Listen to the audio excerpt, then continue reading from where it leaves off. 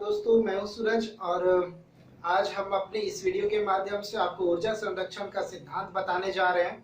आप अंत तक बने रहिएगा ताकि आपको ये पूरा का पूरा वीडियो समझ में आए। हो सकता है कि मे बी ये वीडियो जो है थोड़ा लंबा खिंच जाए आपको समझाने में, और ये केवल ऊर्जा संरक्षण का सिद्धांत को मैं थ्योरम के माध्यम से प्रूफ करके आपके बीच में दिखाऊंगा। इसके जो लैंग्वेजेस हैं वो आप नोट डाउन कर लीजिएगा। कुछ लैंग्वेज को मैं लिख दूंगा और कुछ लैंग्वेज जो है आपको नोट डाउन खुद से करने होंगे। बेसिकली मैं आपको समझा दूंगा कि ऊर्जा संरक्षण का सिद्धांत जो सही है और ऊर्जा संरक्षण का जो सिद्धांत है वो क्या कहता है और इसको किस प्रकार से फॉलो कर सकते हैं हम अलग अलग तरीके से। तो इस वीडियो में आप बने रहिएगा ताकि मैं आपको पूरा का पूरा समझा सकूं। बीच वीडियो में अगर स्किप करते हैं तो आपको पूरा समझ में नहीं आएगा। तो चलते हैं, स्टार्ट करते हैं। ऊर्जा संरक्षण का सिद्धांत कहता है कि ऊर्जा का ना तो निर्माण किया जा सकता है, ना तो ऊर्जा को नष्ट किया जा सकता है, यानी कि ह्रास होता है। ना तो ऊर्जा उत्पन्न होती है, ना तो ऊर्जा क्या होता है, ह्रास होता है। यह केवल एक रूप से दूसरे रूप में रूपांतरित होता है। ऊर्जा जो क्या होता है, एक रूप से दूसरे रूप में रूपांतरित हो जाता है, मतलब बदल जाता है। ठीक है, तो इसको समझाने के लिए भौतिकी का जो सबसे सरल नियम है, जिसमें कि गुरुत्वाकर्षण के अधीन हम क्या करते हैं, एक वस्तु को हम एक वस्तु मानते हैं। यहाँ पर हम क्या करते हैं, एक गोलाकार एक वस्तु है जो कि जमीन तल से, यहाँ पर से दिखेगा क्या है कि जमीन से जो है वो कितनी ऊंचाई पर है, तो h ऊंचाई पर। कितनी ऊंचाई पर है, h ऊंचाई पर है। जमीन तल से h ऊंचाई पर जो है वस्तु है, जिसका जो मास है वो क्या है, m। इसका मास क्या है, m है। इसको आप लोग नोट डाउन भी करते जाएंगे। तो m द्रव्यमान का कोई वस्तु पृथ्वी तल से, जमीन से जो है h ऊंचाई पर स्थित अभी है। अब इसको गिराएंगे।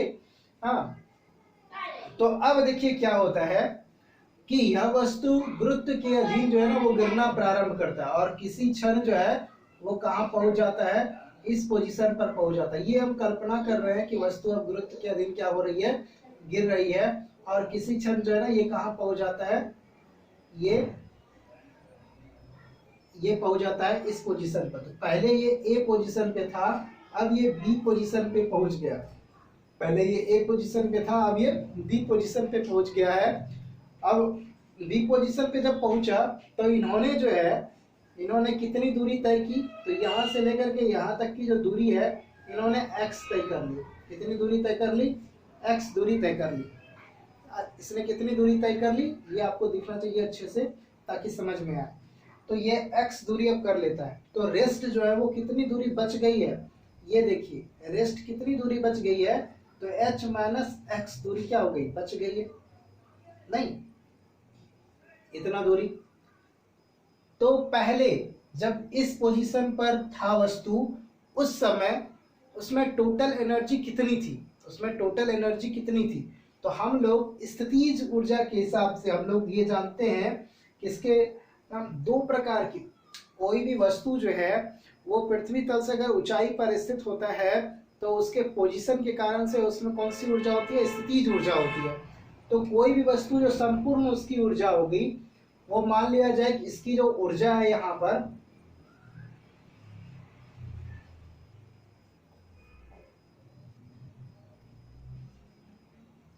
स्थितिज ऊर्जा, इसकी स्थितिज ऊर्जा जो है, उल्टा में थोड़ा सा लिखने में ऐसे मैं आ जाऊंगा तो फिर दिक्कत है। स्थितिज ऊर्जा क्या होगी, इस वस्तु की स्थितिज ऊर्जा क्या होगी वो आपको बताना है कि इस वस्तु की अभी जो है वो स्थितिज ऊर्जा क्या है।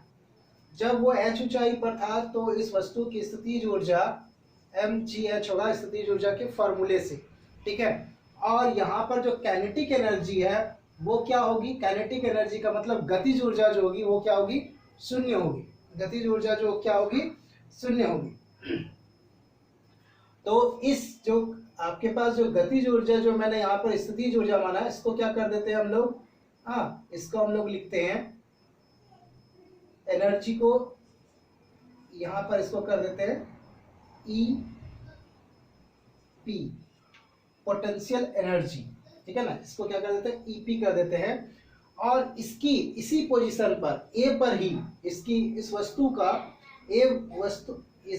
का ए पोजीशन पर ही गतिज ऊर्जा यदि मान लिया जाए क्या हो, ई के हो, तो इसकी गतिज ऊर्जा क्या होगी, 0 होगी। क्यों 0 होगी, क्योंकि वह कौन से पोजीशन में है, रेस्ट में। मैं आपको शॉर्ट में समझा रहा हूँ, बताऊंगा जब पूरा का पूरा क्वेश्चन आंसर की तरह मैं नहीं लिख रहा हूँ, समझा रहा हूँ आपको, ठीक है। तो ये नहीं सोचिएगा कि मैं पूरा क्लियर नहीं कर रहा हूँ आपको। आप लोग बुक वगैरह रखिएगा तो पूरा का पूरा आपका आंसर जो है ना इसका क्लियर हो जाएगा। ऐसा नहीं कि नहीं होगा आंसर क्लियर आपका। अब देखिए ये वस्तु किसमें थी उस समय, अब ये वस्तु क्या होती है, गिरना आरंभ करती है। गुरुत्व के अधीन क्या करती है, गिरना आरंभ करती है। जैसे ये गिरना आरंभ करती है, जैसे ये गिरना आरंभ करती है, यह गति में हो जाती है। और यह कितनी दूरी तय कर लेता है, x दूरी तय करके b पोजीशन पे पहुंचता है। ए पोजीशन पे टोटल एनर्जी जो है, अगर आपको बोला जाए कि टोटल एनर्जी को u से मान लिया जाए, u माना जाए, तो यहाँ पर ई के जो है वो 0 था, तो u इक्वल टू क्या हो जाएगा, EP plus E K equal to mgh plus 0 equal to क्या, mgh।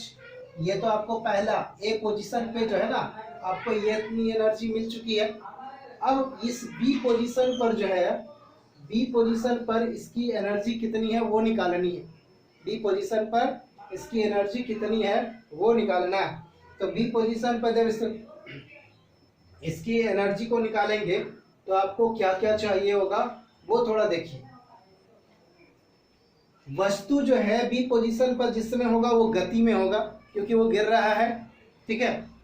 तो जब वस्तु गिर रहा है तो उसमें दो एनर्जी होगी क्योंकि वो जमीन से भी ऊंचाई पर है, ठीक है। जमीन से वो क्या है, ऊंचाई पर। कितनी ऊंचाई पर है, h माइनस एक्स, ठीक है, इतनी ऊंचाई पर। और इसमें काइनेटिक एनर्जी भी है, ठीक है। कितनी एनर्जी है, काइनेटिक एनर्जी भी है।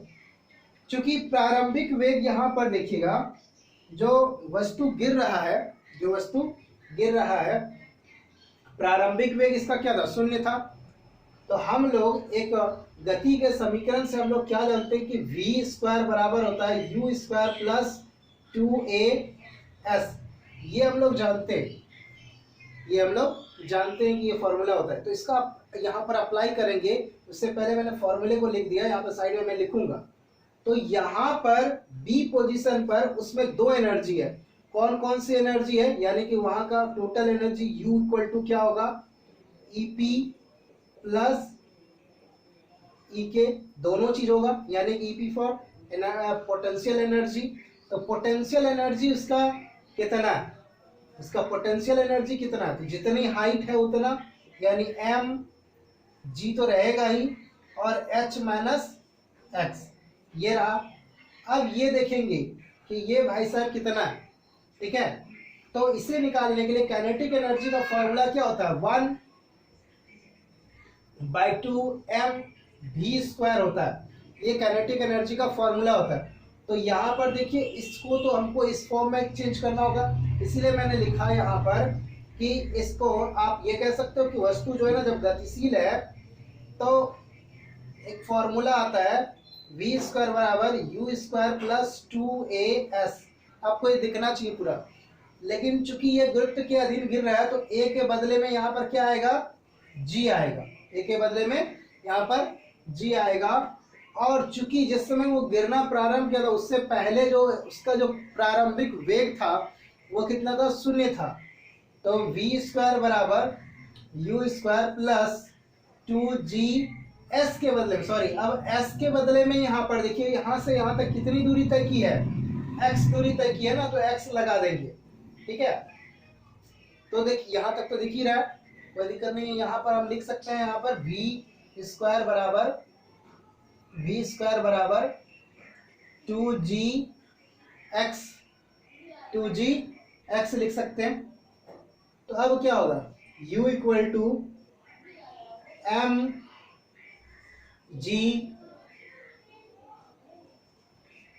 ठीक है। और ये जो भाई साहब हैं उसके जगह पर प्लस 1/2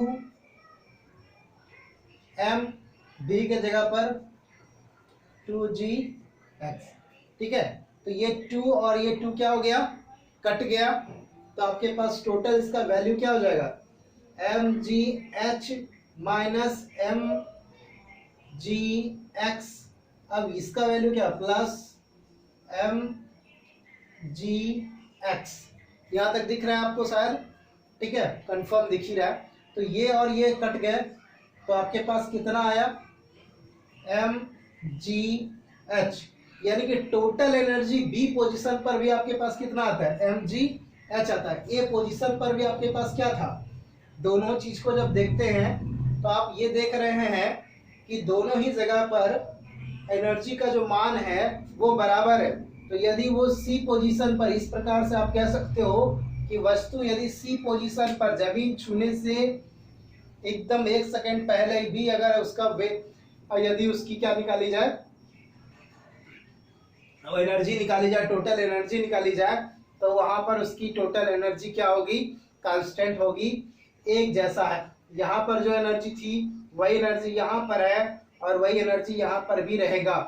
एनर्जी केवल और केवल एक रूप से दूसरे रूप में ट्रांसफर हो रहा है। इसको देखने से यही पता चल रहा है। इक्वेशन फर्स्ट में देखिए, यानी कि पोजीशन जो आपका ए था उसमें देखिए, और आपका जो पोजीशन बी वाला में आया आपको उससे देखिएगा, तो दोनों में जो है एनर्जी का जो टोटल मान है वह सेम है। इसे कार्य ऊर्जा प्रमेय कहते हैं। इसे क्या कहते हैं, कार्य ऊर्जा प्रमेय कहते हैं। जिस विधि से मैंने इसको प्रमाणित किया इसे कार्य ऊर्जा प्रमेय कहते हैं। बुक वगैरह में दिया हुआ है, अगर आप देखिएगा बुक को और इस वीडियो के साथ यदि आप देखते हैं तो आपको पूरा का पूरा क्लियर हो जाएगा। मैंने आपको ये बता दिया, इंटरमीडिएट में ये आपके बहुत काम आने वाला है और बहुत ही ज़्यादा इम्पोर्टेंट है। ज़्यादा देर तक मैं अगर बताऊंगा, आपको समझाऊंगा तो वीडियो थोड़ा लंबा हो जाता है, इसलिए मैंने आपको छोटे वीडियो के माध्यम से 10-15 मिनट के वीडियो के माध्यम से ही आपको समझाने का प्रयास कर रहा हूँ। आज के इस वीडियो में इतना ही। अगर ये वीडियो आपको पसंद आया तो लाइक करिएगा। मेरे चैनल पर अगर नए हैं तो चैनल को सब्सक्राइब करिएगा, साथ में बेल आइकन को दबा दीजिएगा ताकि आपको इस चैनल पर अपलोड होने वाले तमाम वीडियोस के नोटिफिकेशन मिलते रहे। तब तक के लिए जय हिंद, जय भारत।